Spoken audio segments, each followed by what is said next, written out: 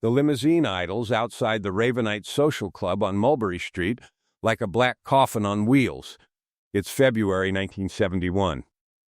Little Italy, the heart of Gambino territory.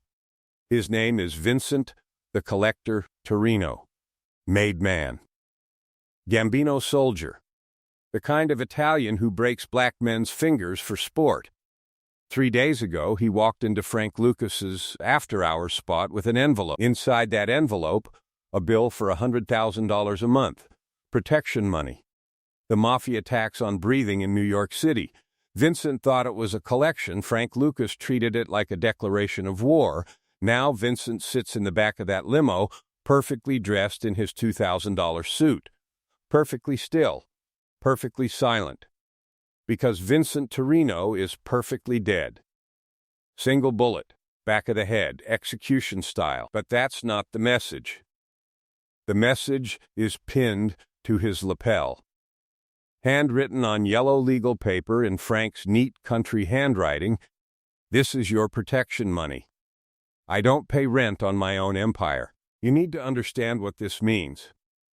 In 1971, the 5 families controlled every corner, every port, every breath of criminal air in New York City.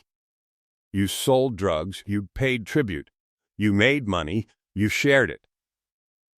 You refused, you became a memory. Frank Lucas knew this. He'd watched black dealers get their skulls caved in for being late on payments. He'd seen entire operations wiped out because someone thought they were too big to bow. But Frank wasn't like them. Frank had been taught by a dying king named Bumpy Johnson. And Bumpy had whispered one lesson into Frank's ear that would reshape the underworld forever. The man who pays tribute will always be a slave. The man who demands it will always be a master. But the man who refuses it entirely, he's either dead or he's rewritten the rules. So when Vincent Torino walked into Frank's club demanding 20% of $1 million a day heroin operation, Frank faced an impossible choice. Pay the tax and stay rich but small. Refuse the tax and trigger a war with the most powerful crime family in America. Frank chose option 3, send a message so clear, so brutal, so absolute that the mafia would never mistake him for a tenant again. He made Vincent disappear for 3 days. Then he made him reappear in the back of their own limousine. The driver steps out, opens the door, and every wise guy on Mulberry Street sees what happens when you try to tax a king. This is the story of how Frank Lucas became the only man in history to make the mafia pay him instead of the other way around. But to understand how Frank Lucas could kill a made man and walk away breathing, you have to go back. Back to the classroom, back to the dying king who taught him the mathematics of respect. The king is dying, but he still rides like a king. October 1968. Harlem breathes in neon and exhales steam. The black Cadillac DeVille cuts through Lenox Avenue like a hearse that hasn't been told who it belongs to yet. Frank Lucas grips the wheel, young, sharp, silent, the nobody who drives the legend. In the back seat, Bumpy Johnson leans into leather that costs more than most men make in a year.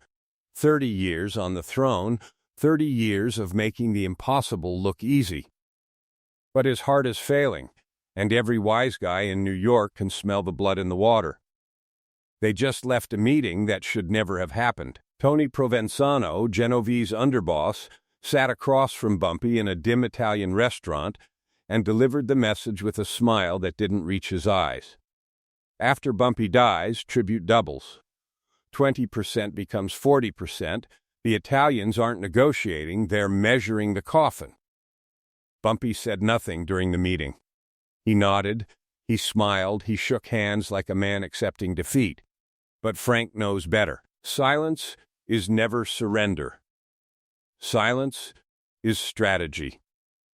The Cadillac rolls past the Apollo, past brownstones and after-hours clubs that Bumpy built into an empire. Bumpy stares out the window like he's memorizing a kingdom he'll never see again. Then Bumpy speaks, and when he speaks, Frank listens like his life depends on it. You know what they see when they look at us? Bumpy's voice is gravel and wisdom. Not men, not bosses, not kings. They see tenants, sharecroppers in silk suits, allowed to eat, as long as they never forget who owns the land. Frank keeps his eyes on the road, but his mind is racing. Bumpy doesn't waste words. Every sentence is a lesson, every lesson is a weapon. They tax us because they control the supply, Bumpy continues. They control the supply because we never thought to go around them. We accepted the game they built, we played by their rules.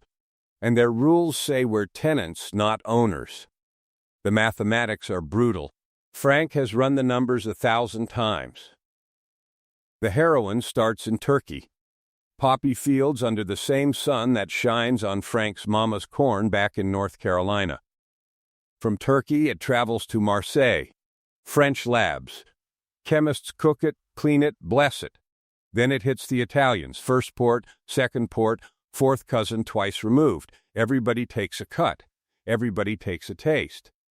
By the time it hits our streets, Bumpy says, holding up 3 shaking fingers, it's 3% pure and $50,000 a kilo. 3%. 50 grand. We're paying premium prices for garbage and calling it business. Frank's hands tighten on the steering wheel. The invisible chains. The rigged game. The mathematics of slavery disguised as partnership. But what if we didn't buy from them? Bumpy asks. It's not really a question, it's a revolution disguised as curiosity. What if we became the source? Bumpy leans forward, his breath warm on Frank's ear. The man who pays tribute will always be a slave, he whispers. The man who demands it will always be a master. But the man who refuses it entirely? He's either dead, or he's rewritten the rules. The car stops at Wells Restaurant on Lenox Avenue. Bumpy's spot, his unofficial office, his church. I've been working on something, Bumpy says quietly. A military contact. Vietnam. The Golden Triangle. Pure heroin, Frank. 100%. $4,000 a kilo. No middlemen. No Italian tax. No tribute to men who think we're sharecroppers. Frank's heart pounds, but he keeps his face neutral. This is the inheritance. Not money, not territory. A blueprint for independence. They step inside. It's warm, loud, smelling of grease and history. Bumpy takes his usual corner table. He orders coffee. He's mid-sentence, talking about Bangkok, about a pipeline that could change everything, when his hand goes to his chest. The room pauses for half a second. Then the king falls. It's not a dramatic movie death with a final speech. It's sudden, violent, ugly. The greatest gangster in Harlem history collapses onto linoleum, clutching his heart. Frank holds him as the light goes out of his eyes. At the funeral, Frank stands in the back wearing a black suit that costs more than most people make in a month. The church is packed. Politicians, hustlers, cops who took Bumpy's money, Italians who collected Bumpy's tribute. Everyone comes to bury the king. After the service, Frank helps carry the casket. His hand rests on the polished wood, and he feels something in Bumpy's suit pocket. A business card. He palms it without anyone noticing. Later, in his car, Frank reads it.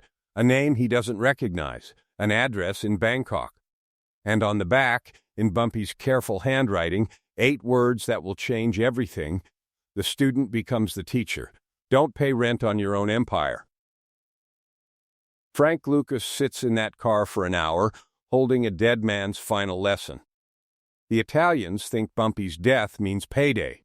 They think Harlem is about to become a plantation again. They have no idea that the student just inherited more than a kingdom.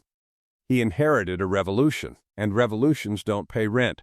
Harlem thinks Frank Lucas is dead, or hiding, or running scared after Bumpy died. The streets whisper theories while the Italians count money and plan expansion. They're all wrong. Frank isn't running from the game. He's flying 7,000 miles to rewrite the rules. The air in Bangkok hits him like wet cloth on the skin. Heavy. Sticky. Foreign. Frank steps off the plane in February 1969 wearing a tailored suit that makes him look like a diplomat. But his eyes scan for threats like a soldier. This isn't tourism. This is the most dangerous business meeting of his life. The contact waits outside customs. Sergeant Leslie Ike Atkinson, Black American serviceman, built like a linebacker. Eyes that have seen things that don't make it into letters home. He shakes Frank's hand like they're brothers who haven't met yet. Bumpy told me you'd come eventually, Ike says, leading Frank to a Jeep with no markings. Didn't think it'd be this soon. They drive north for hours. Paved roads become dirt roads. Dirt roads become jungle paths. Frank's expensive shoes sink into mud that has swallowed armies. The contrast is absolute.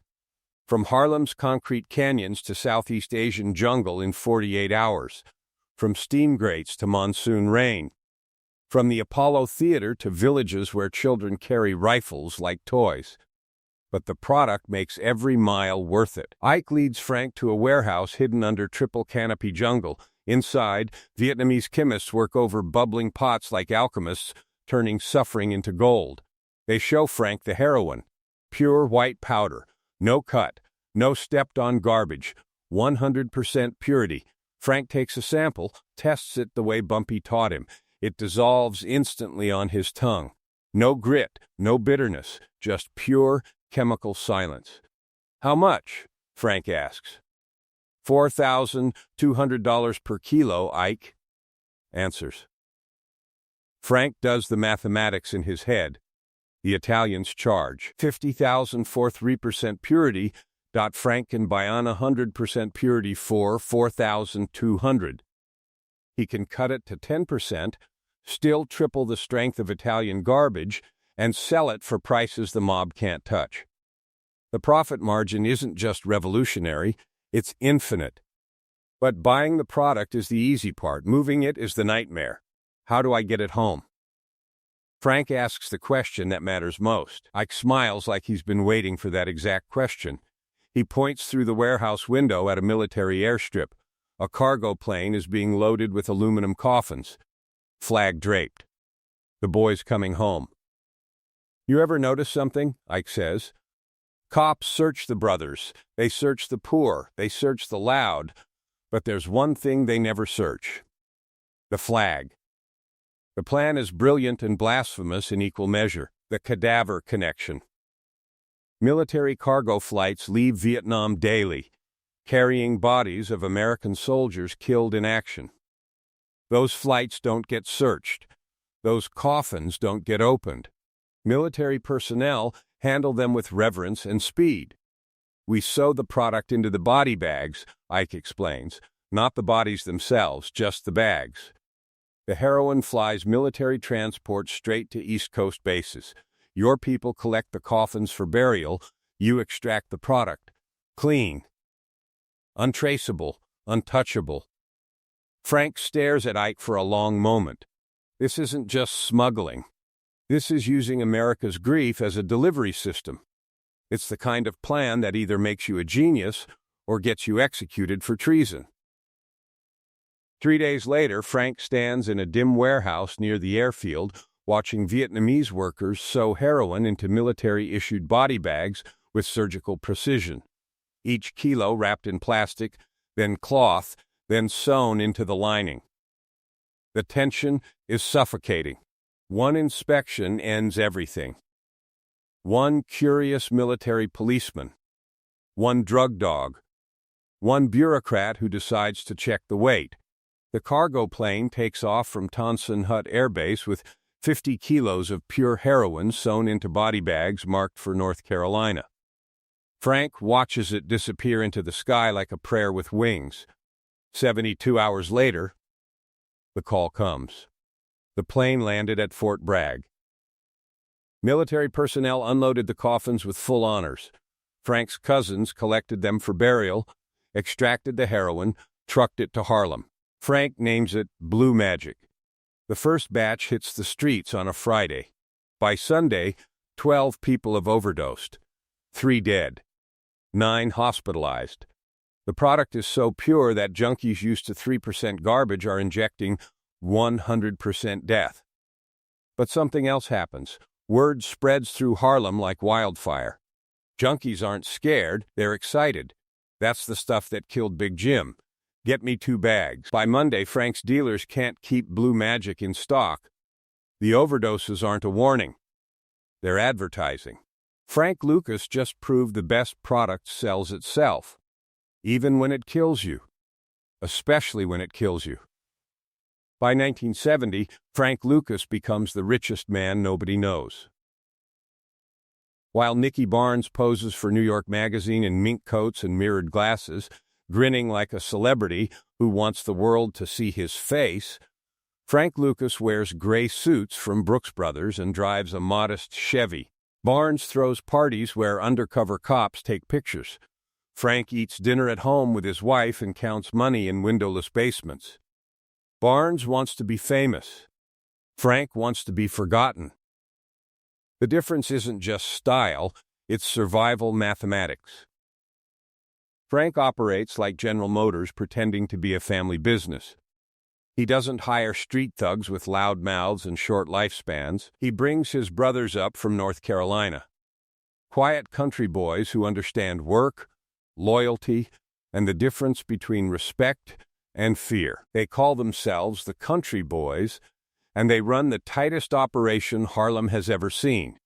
The rules are absolute and non-negotiable. No flashy cars, no jewelry that catches light, no loud talk in public places. Show up on time. Count every dollar twice. Never step on the product because Blue Magic stays pure or it isn't Blue Magic. And never, ever talk to anyone wearing a badge. When Frank's cousin tries to cut Blue Magic to make extra profit, Frank calls a meeting in a clean Bronx apartment. White walls, no witnesses, no noise. Frank sits across from his cousin with the stepped-on dope on the table between them like evidence in a courtroom. "You know what this is?" Frank asks quietly. "That's Blue Magic," his cousin answers. Frank shakes his head slowly. "No, this is a lie with my name on it. I don't sell lies. I sell a promise. My promise is purity. You break that, you don't just make a mistake. You attack my throne." The cousin never does it again. The mathematics are staggering and undeniable. Frank moves 200 kilos a week. $1 million a day in revenue flowing through Harlem like a river that never runs dry. He controls 80% of the heroin market in Harlem, then the Bronx, then parts of Brooklyn. The Italian families watch their numbers drop month after month and can't understand why their customers are disappearing. Frank uses the money the way Bumpy taught him. He buys apartment buildings where cash gets counted in back rooms, dry cleaners where dirty money gets washed with the shirts, gas stations, restaurants, nightclubs, an entire legitimate empire built on illegal foundations, but documented and taxed like any other American success story. But empires cast shadows, and shadows attract predators. The Genovese family sends investigators asking questions in bars and barber shops. Who's moving this weight? Who's selling better product for less money? The answers lead nowhere because Frank Lucas is a ghost who happens to be breathing. Then the Gambino family decides talking is finished. It's time for business. Vincent Torino arrives at Frank's Central Park penthouse on a Tuesday afternoon in February 1971. Made man. Gambino collector. He brings 2 bodyguards carved from granite and a leather briefcase that costs more than most people make in a month. Frank lets them in because refusing would start a war before he's ready for one. But he doesn't offer drinks. He doesn't smile. He sits across from Vincent like a king receiving ambassadors from a rival empire. Vincent opens the briefcase. Inside are financial projections, territory maps, distribution charts. The Gambinos have done their homework on Frank's operation. "We know about blue magic," Vincent says. "No threats yet, just facts laid out like cards. We know about the supply chain. We know about the numbers, and we want to discuss partnership." Frank says nothing. Silence is information. 20% of everything, Vincent continues, confident. In exchange, you get protection from cops, competition, and the other families. You stay rich. You stay alive. You keep running your operation under our umbrella. The bodyguards stand by the door like statues. Vincent leans back. Certain this is how it always works. The Italians offer partnership, the black dealers accept, everyone makes money, and the natural order stays intact. But Frank hears something else. Bumpy's voice from the back seat of that Cadillac. "You're still a tenant. You're still beneath us. You're still paying rent on your own empire." The room temperature drops when Frank speaks one word that rewrites the underworld. "No." Vincent's smile disappears like someone cut the power. The bodyguards shift weight. The air changes from negotiation to threat. "Kid," Vincent says slowly, "this isn't a request. This is tradition. This is how it works. You pay or you disappear." Frank stands, walks to the window, looks down at his Harlem glowing in the distance. He turns back to Vincent, voice quiet but every word landing like a hammer. "Then I guess one of us disappears." 3 days later, a black limousine pulls up to the Ravenite Social Club, and the mafia learns what it costs to try and tax a king. Power never kills you when you're hungry. It kills you when you're full and think the rules don't apply anymore. For 3 years, Frank Lucas has been a ghost in a gray suit. Invisible royalty walking through New York like a businessman who happens to control the heroin supply for half the East Coast. He drives modest cars. He eats at quiet restaurants. He makes a religion out of anonymity. Because he understands the first law of survival: the silent man lives, the loud man dies. But success is a drug more addictive than anything he's ever sold. And on March 8, 1971, Frank Lucas decides to get high on his own supply.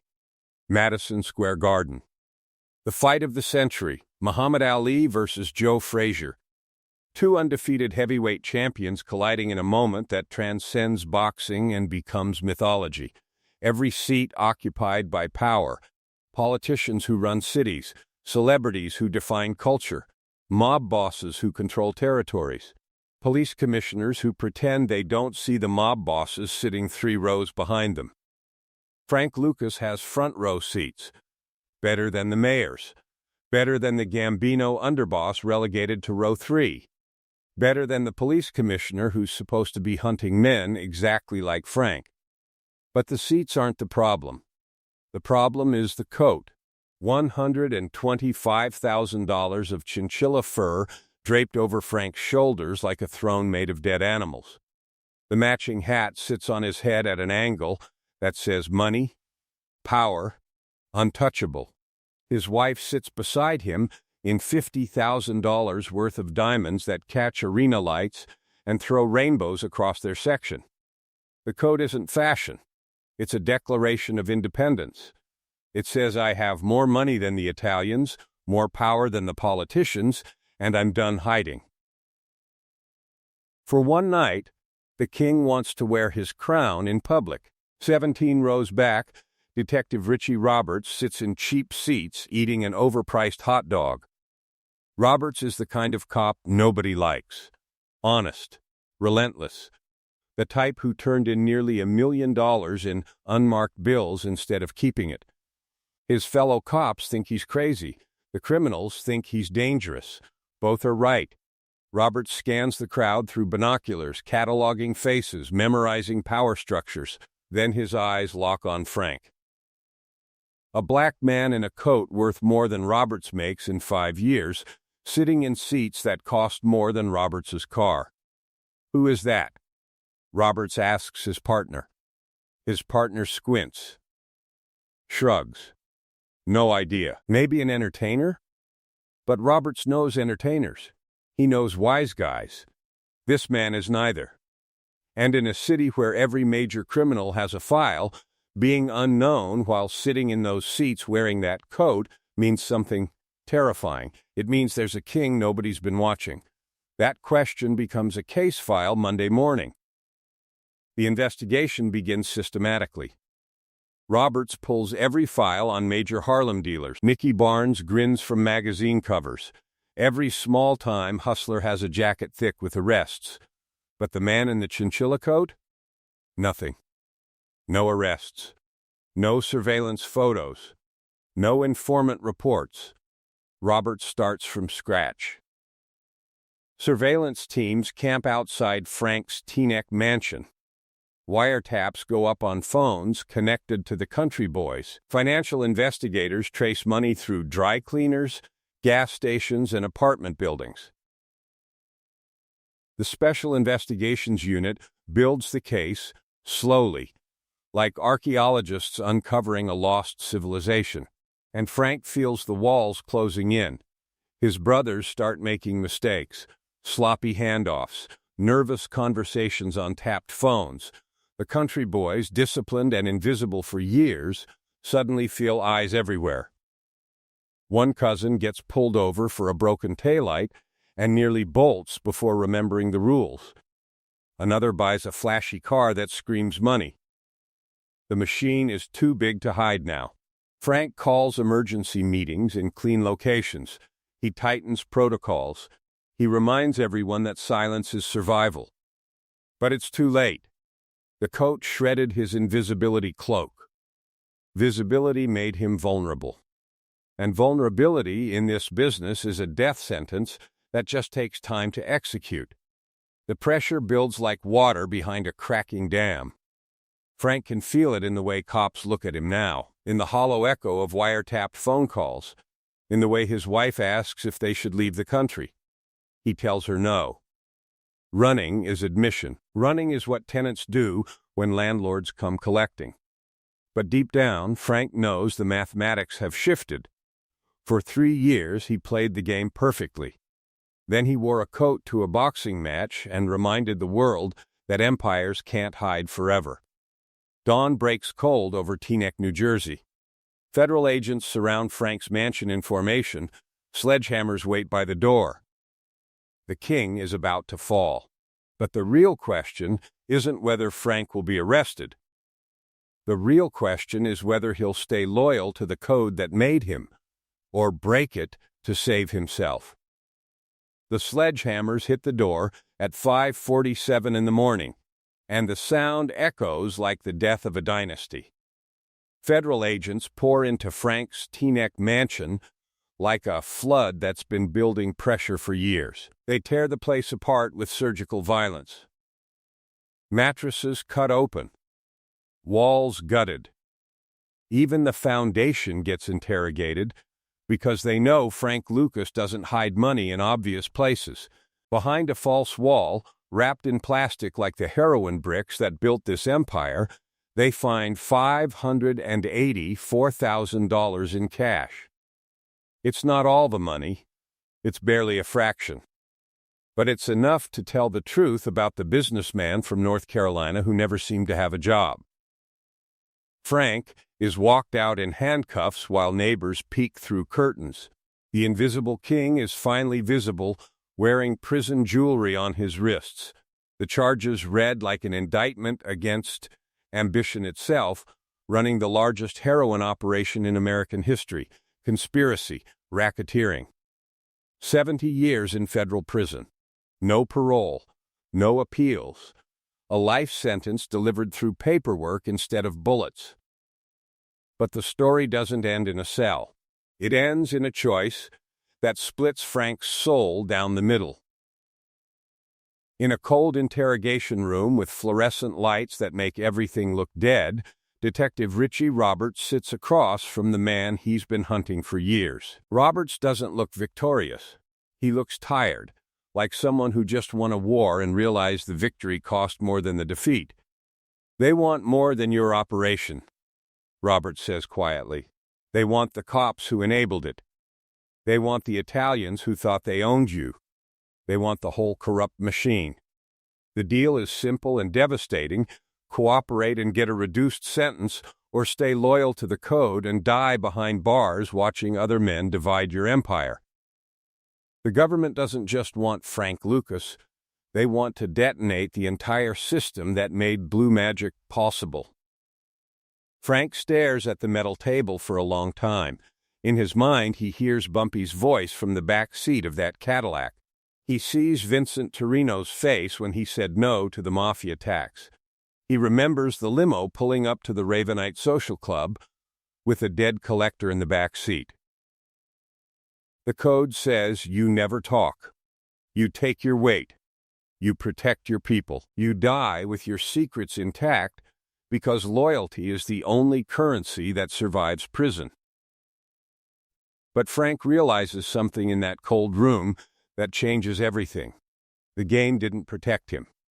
The Italians didn't protect him. The corrupt cops who took his money didn't protect him. Dying in prison to protect the same system that treated him like a tenant would just be another form of paying rent. Frank Lucas makes the decision that saves his life and destroys his legend forever. He talks. But Frank doesn't just cooperate.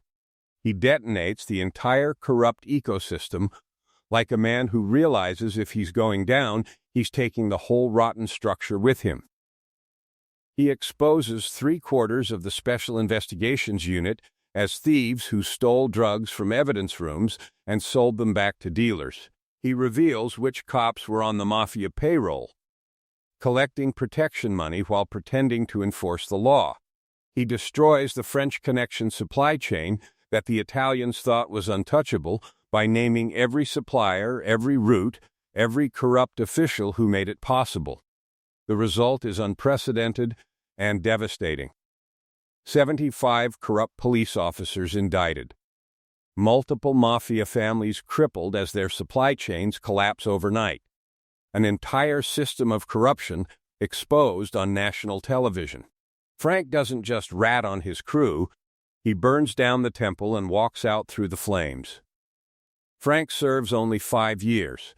5 years for an empire that generated hundreds of millions of dollars. The mathematics of cooperation are brutal but undeniable. He enters witness protection, changes his name, disappears into America like a ghost who used to be a king. Eventually he returns to the streets broke, but breathing, living in a modest apartment, confined to a wheelchair in his later years, telling his story to anyone who will listen. The mafia never touches him, not because they forgive him, not because they forgot, but because Frank proved something they couldn't ignore even through their rage. He was never their employee. He was their competition. And competition, even defeated competition, earns a different kind of respect than betrayal. Years later, older Frank Lucas sits in that apartment reflecting on the choices that defined his life. The limo. The message, the refusal to pay rent on his own empire. The chinchilla coat that destroyed his invisibility. The cooperation that saved his life, but killed his legend. Was it worth it? Was being king for 5 years worth a lifetime of looking over his shoulder? Was independence worth the price of everything he built? Frank Lucas proved you don't have to pay rent on your own empire. He proved that a nobody from North Carolina could look the most powerful crime families in America in the eye and say one word that changed everything. No. But he also proved that every throne has a price, and sometimes that price is everything you thought made you who you are. So now the question belongs to you. If you were sitting at that table, envelope in front of you, mafia collector waiting for an answer, would you pay the tax and live as a rich tenant, or would you refuse it and risk everything for the right to call yourself king, knowing exactly what that throne might cost you in the end? The silent man lives. The loud man dies. But the man who wants to be king? He has to be willing to sacrifice everything he loves, including his own name. Was it worth it? Only the king knows. And kings don't give easy answers.